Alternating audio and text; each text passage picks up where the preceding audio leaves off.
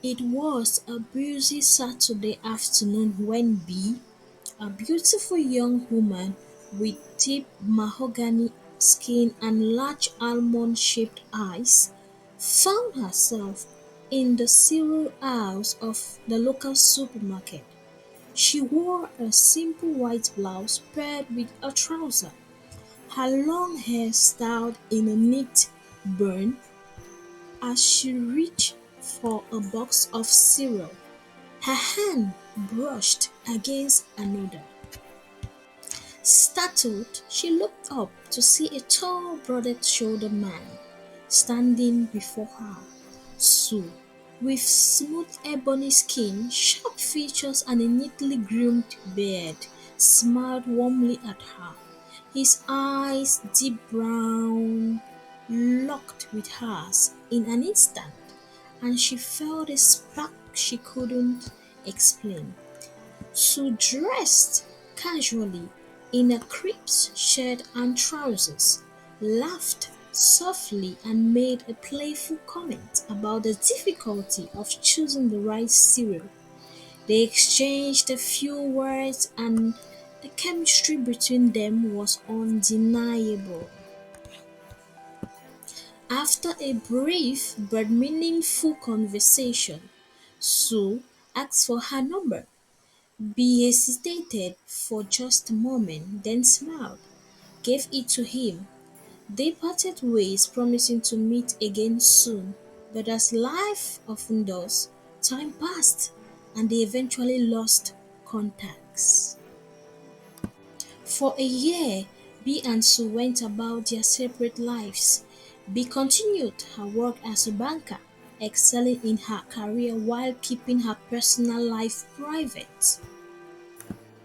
Sue focused on his work in a different city. Though they occasionally thought about each other, their lives moved in separate directions. The memory of that brief supermarket encounter faded, buried beneath the pressures of everyday life. Both secretly wondered what could have been, but neither of them had the courage to reach out.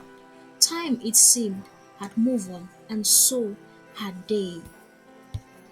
Fate, however, had other plans. One morning, Bee, now an experienced banker, sat behind her desk at the local branch in her professional attire that gave her an air of confidence as she interacted with clients. As Bee was finishing with one customer, she stood up to greet the next. To her surprise, standing in front of her was none other than Sue. He wore a well-tailored suit that complemented his broad shoulders and confident presence. There was a moment of stunned silence before a smile broke across Sue's face. "Bee," he said, his voice filled with surprise and warmth. Bee, unable to believe her eyes, smiled in return. "Sue, I can't believe it's you."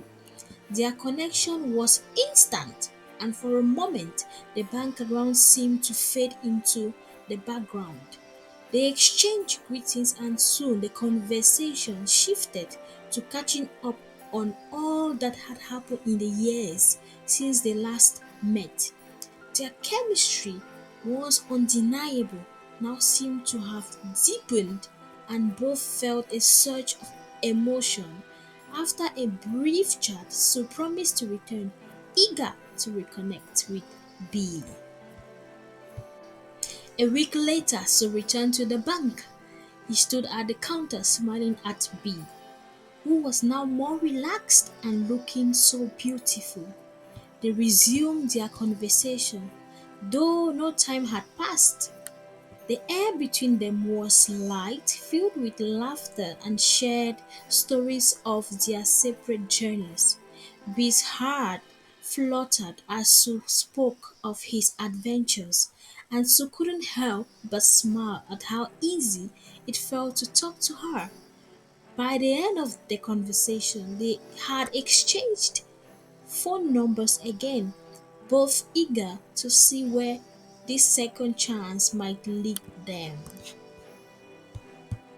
The chemistry between Sue and Bee continued to grow, and few days later, they decided to meet outside the confines of the bank at a quiet cafe.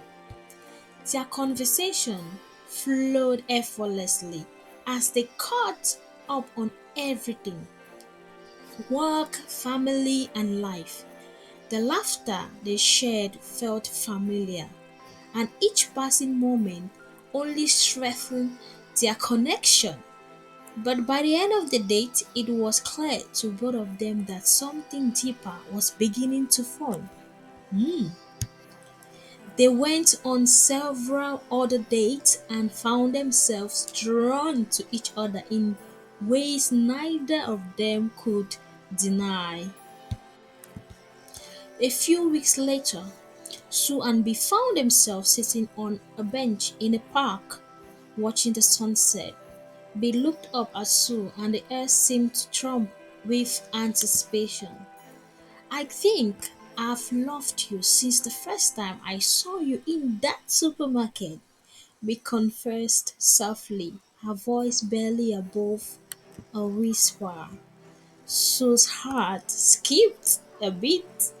With a warm smile, "I've never stopped thinking about you, Bee," he admitted, his voice full of sincerity. Their hands touched each other in that moment. Both knew they had found something truly special. Oh. One evening, as the golden sunset bathed the village in a warm glow, Sue knelt before Bee in the village square. Surprised as Sue pulled out a small velvet box with a ring inside. "Bee," Sue began, his voice steady and pulled with emotions. "I've loved you since the first time we met, and I never want to let you go. Will you marry me?" Tears welled in Bee's eyes as her heart swelled with joy. She nodded, her smile broad and full of love. "Yes, Sue, I will marry you." Sue and Bee, looking handsomely and beautifully dressed respectively, on the day of their wedding, the entire village gathered in celebration. The air was thick with the scent of roasted meat, palm wine, and the sweet sound of drumming. Their marriage was considered a union made in heaven, a match between two powerful families that everyone admired. Nothing could go wrong, or so it seemed. As the celebrations drew to a close, a warm, mysterious woman arrived at the feast. She was beautiful, with striking features and a presence that immediately commanded attention. She wore an extravagant dress. Her eyes, though, were cold. There was something dark and calculating behind them. This woman was above Sue's former lover, an envious and vengeful woman who had never gotten over her broken heart when Sue had chosen B over her. Her jealousy had festered for years, and she could not bear to see Sue's happiness. On the night of their wedding, she had come to deliver a gift, one that would ruin their joy forever. With a seemingly innocent smile, Abod approached the newlyweds. "Congratulations, my dear friends," she said, her voice dripping with false sweetness. "I come bearing a special gift for you." Sue, who had never fully trusted Abod, said, "Thank you, Abod. Your gift is most appreciated." Abod handed them a small ornately carved wooden box, sealed with a crimson ribbon. She spoke no more, offering them a fleeting glance before disappearing into the crowd. At first, Suh and Bih thought nothing of it. They set the box aside and continued with their celebration, believing that no harm could come on such a joyful day. One day, they decided to open their wedding gift, and there was something striking about a particular one, a box with ribbons, and when opened had wood in it. Surprised at what they saw, but yet they took it lightly and didn't know who would have brought such a gift. And so months passed. Bee became pregnant until one unfortunate day. The first sign of trouble came when Bee felt a deep pain in her abdomen. She had a miscarriage. The loss devastated them both, but they tried to stay hopeful. Yet the pain didn't stop there. In the months that followed, Bee suffered two more miscarriages, each more painful than the last. Their home, once filled with joy and laughter, became a place of silence and sorrow. So too began to change. His once loving nature shifted, replaced by frustration and distant anger. He began to argue with Bee over the smallest of things, and even the simplest tasks felt burdensome. He grew weary, his night restless, his mind clouded with doubt. The love they had shared seemed to slip away, replaced by something darker, something neither of them could understand. But the worst was yet to come. Strange things began to happen. At night, Bee would wake to hear whispering voices, stop, and snitters just beyond the thresholds of her room. It was as if the wall were alive, suffocating them in a slow and invisible grip. Rumors began to spread from her friends saying that the couple's happiness had been cursed, that something dark had entered their lives.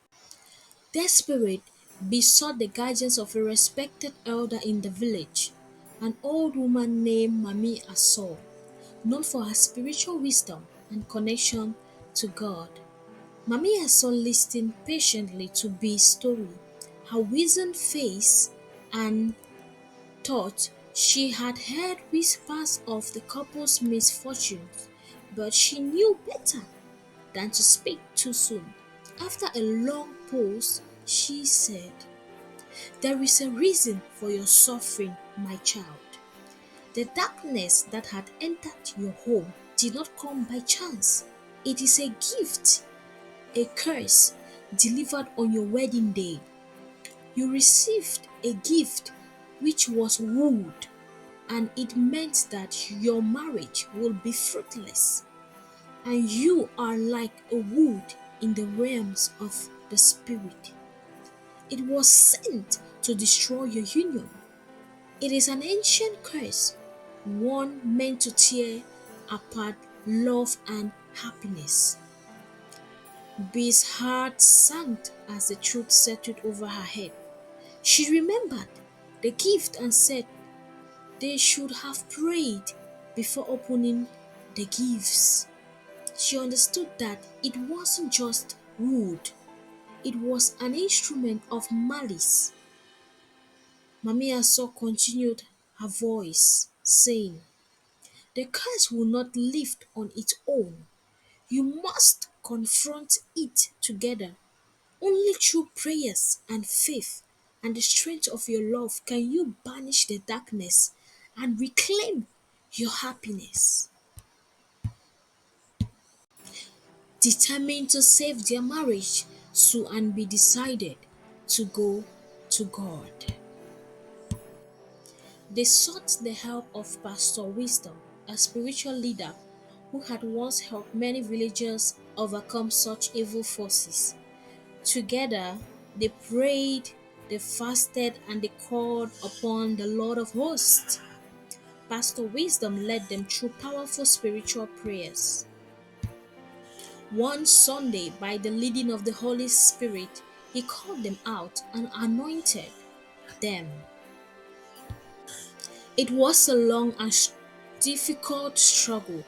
The whispers grew louder, the coldness more oppressive, but they did not waver. They prayed through the night, their voices rising in unison, louder and stronger with each passing hour. Slowly, the force began to fade, its power weakening. In the days that followed, peace returned to their home. The arguments stopped, the coldness lifted, and the oppressive darkness that had clouded their lives disappeared like mist in the morning sun. And then the most miraculous thing happened. Bee, after months of sorrow and pain, found herself pregnant again. This time there was no complications, no misfortunes. She carried the child with joy in her heart. And when the time came, she gave birth to twins, healthy, strong, and full of life children. Suh and Bih named them Favor and Divine. These children, born out of struggle and perseverance of their parents, became symbols of hope and restoration. The curse, once thought to have destroyed them, had only made their love stronger. The bond between Suh and Bih was now unbreakable. Their home, once filled with sorrow, now echoed with laughter of their children.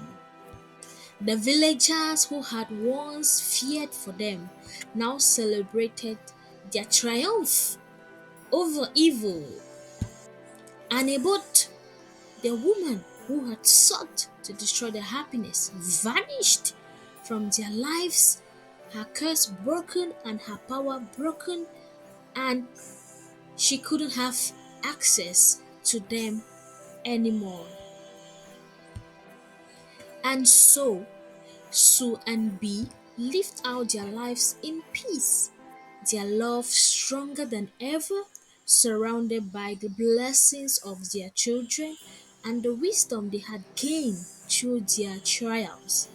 The tale of their struggle and victory was passed down through generations, a reminder that no force, no matter how dark it is, could defeat true love and faith in God.